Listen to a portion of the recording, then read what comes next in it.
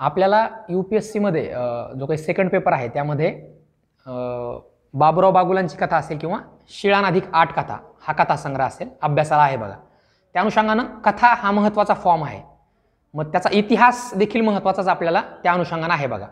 आपला प्रदक्षिणा खंड पहिला किंवा प्रदक्षिणा खंड दुसरा जरी तुम्ही पाहिला तरी त्यामध्ये आपल्याला कथा या फॉर्मची सविस्तर चर्चा केलेली आहे बघा. म्हणजे विविध विचारवंत जे काही आहेत लेखक आहेत त्यांनी कथा या आकृतिबंधाची सविस्तर चर्चाच त्यामध्ये केलेली आहे. मग कथेचा इतिहास कसा उलगडत गेला मराठी परिप्रेक्षातून, वेगवेगळे कथाकार जे काही मराठी साहित्याला लाभले आहेत त्यांची चर्चा, त्यांच्या कथासंग्रहाची चर्चा आपल्या प्रदक्षिणामध्ये केलेली आहे.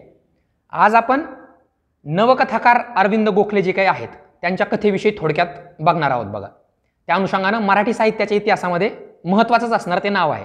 म्हणजे नवकथा हा फॉर्म जरी तुम्ही पाहिला तरी सुद्धा अरविंद गोखले हे महत्त्वाचंच नाव त्यामध्ये आहे. जे 4 महत्त्वाचे नवकथाकार आपण समजतो तर त्यामध्ये भावे आहेत, आपण अभ्यासतो आहोत किंवा आपण पाहतो आहोत ते अरविंद गोखले आहेत, गंगाधर गाडगीळ आहेत आणि माडगुळकर आहेत. तर हे 4 कथाकार महत्त्वाचे नवकथाकार म्हणून मराठी साहित्याला परिचित आहेत. आपण ऐतिहासिकदृष्ट्या जरी साहित्याचा पट उलगडण्याचा प्रयत्न केला तरी सुद्धा तुम्हाला जाणवेल की 1925 ते 45 हा जो काही यशवंत किर्लोस्कर कालखंड होता किंवा त्यानंतर 1945 ते 1960 मध्ये सत्यकथा किंवा अभिरुचीचा जो काही कालखंड आला, नियतकालिकाच्या माध्यमातून सुद्धा आपण कालखंड लक्षात ठेवू शकतो. तर हे आपल्याला त्यातून जाणवेल बघा. आता नवकथा आपण पाहतो आहोत त्यामुळे 1945 ते 1960 या कालावधीमध्ये जी काही कथा लिहिली गेली त्याला मराठी परिप्रेक्षात किंवा मराठी साहित्य विश्वात साधारणतः नवकथा असं संबोधलं जातं बघा. त्या आधीची जी काही कथा होती तर ती लघुकथा या अनुषंगाने आलेली आहे. म्हणजे आपल्याला असं अनेकदा वाटतं की नवीन कथा आहे म्हणून तिला नवकथा म्हटलं जातं का, किंवा लहान कथा आहे म्हणून तिला लघुकथा असं म्हटलं जातं का, तर ते गैरसमज आहेत.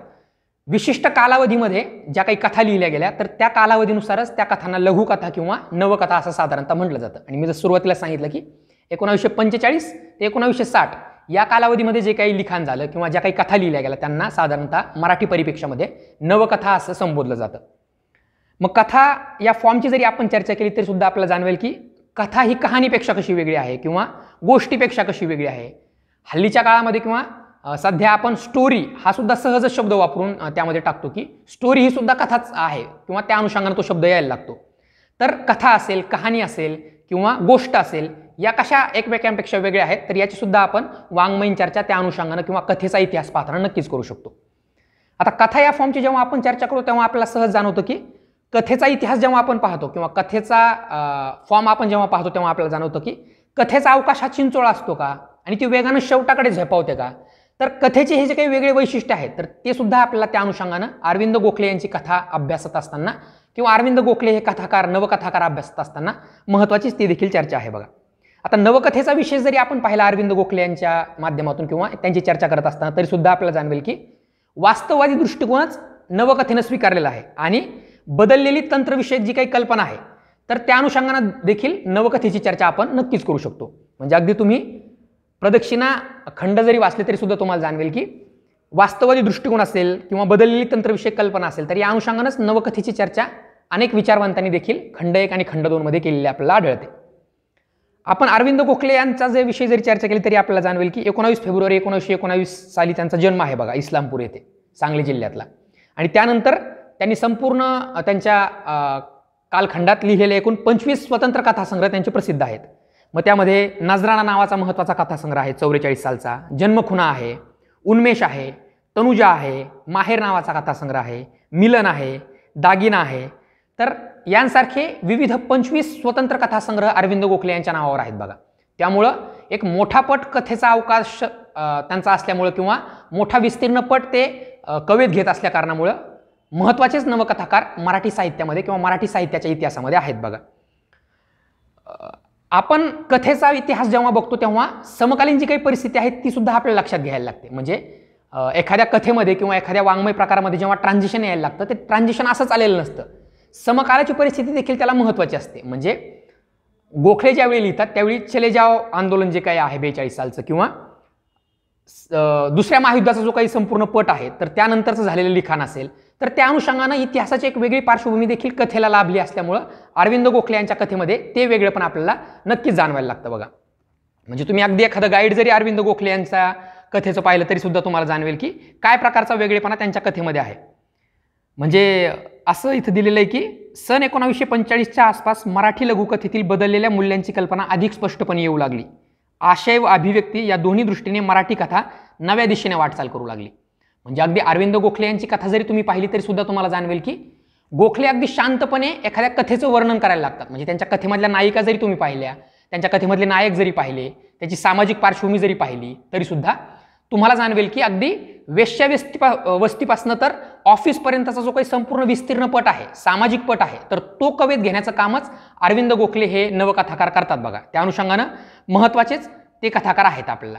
म्हणजे मनोविश्लेषण जे काही करण्याचं काम किंवा मनोविश्लेषणात्मकता जी काही अरविंद गोखले यांच्या कथामध्ये यायला लागते, तर ते देखील एक महत्त्वाचं वैशिष्ट्यच आपल्याला अरविंद गोखले यांच्या कथेमध्ये जाणवायला लागतं. तुम्ही अगदी प्रदक्षिणामध्ये दिलेली चर्चा जरी अरविंद गोखले यांच्यावरली पाहिली तरी सुद्धा तुम्हाला जाणवेल की एका वेगळ्या प्रकारची चर्चा अरविंद गोखले यांच्याविषयी वेगवेगळ्या अभ्यासकांनी केलेली आहे. आपल्या प्रदक्षिणेमध्ये त्यांच्याविषयी असं आलेलं आहे की नवकथेच्या क्षेत्रात अरविंद गोखले हे महत्त्वाचे मानकरी. वि स खांडेकर, वामनराव चोरघडे, य गो जोशी यांच्यासारख्या जुन्या कथाकारांचे संस्कार घेऊन त्यांनी कथालेखनास सुरुवात केली, पण त्यांचे अंधानुकरण मात्र केले नाही. म्हणजे आपल्याला असं जाणवतं की खांडेकरांचे किंवा चोरघड्यांचे संस्कार त्यांच्यावर नक्की आहेत, परंतु त्यांचं अंधानुकरण त्यांनी केलेलं नाही. स्वतःची एक वेगळी कथा लिहिण्याची शैली, मनोविश्लेषणात्मक शैली जे काही वर्णन आपल्याला आलेलं आहे, तर त्या अनुषंगानंच अरविंद गोखले यांनी कथा लिहिण्याचं संपूर्ण पट आपल्यासमोर ठेवलेला आहे बघा. म्हणजे यामध्ये सुरुवातीला त्यांनी 21 कथासंग्रह सांगितले आहेत. म्हणजे अगदी आधी लिहिले गेले असल्यामुळं नंतरचे जे काही 4 कथासंग्रह आहेत तर त्याचं वर्णन या ठिकाणी नाही. त्यामुळं जे काही अपडेट आहे तर ते देखील तुम्हाला उत्तर लिहिताना महत्त्वाचं त्यामध्ये आहे. तर मी जर सुरुवातीला सांगितलं की एकूण 25 कथासंग्रह त्यामध्ये आहेत. प्रदक्षिणा अगदी जुनं असल्यामुळं त्यामध्ये उरलेले जे काही 4 कथासंग्रह आहेत त्याचं वर्णन आपल्याला दिलेलं नाही आहे. त्यामुळं त्या अनुषंगाने देखील आपण गोखले यांची नक्कीच चर्चा करू शकतो. अरविंद गोखले यांचे कथाविश्व व्यापक आहे. त्यात विविध जातींची, थरांची माणसे आहेत. महायुद्ध आहे, बेकारी आहे, 42चं आंदोलन आहे, जातीय दंगे आहेत, फाळणी, महागाई इत्यादी अनेक घटनांची पार्श्वभूमी त्यांच्या कथेला लाभलेली आहे. तर तुम्ही मराठी साहित्यात कथा या फॉर्मचा जेव्हा इतिहास बघाल तेव्हा नवकथेच्या माध्यमातून अरविंद गोखले महत्त्वाचे कथाकार आहेत. माडगुळकर जसे आपण अभ्यासले किंवा माडगुळकरांचं मानदेशी माणसे असेल किंवा वेगवेगळ्या कादंबऱ्या असेल, त्यांच्या कथा असतील, त्या जशा अभ्यासल्या तशाच अरविंद गोखले यांच्या ज्या काही विविध कथासंग्रह आपल्याला आहेत तर त्या अनुषंगानं महत्त्वाचेच कथाकार असल्यामुळं आपण त्यांचा अभ्यास नक्कीच करायला पाहिजे. त्या अनुषंगानं UPSC आपल्याला नक्कीच प्रश्न विचारू शकते. तर ही आपली थोडक्यात अरविंद गोखले यांची कथा असेल किंवा मराठी साहित्यात नवकथा हा जो काही फॉर्म होता किंवा नवकथेचा जो काही इतिहास होता त्याची थोडक्यात चर्चा होती बघा. धन्यवाद.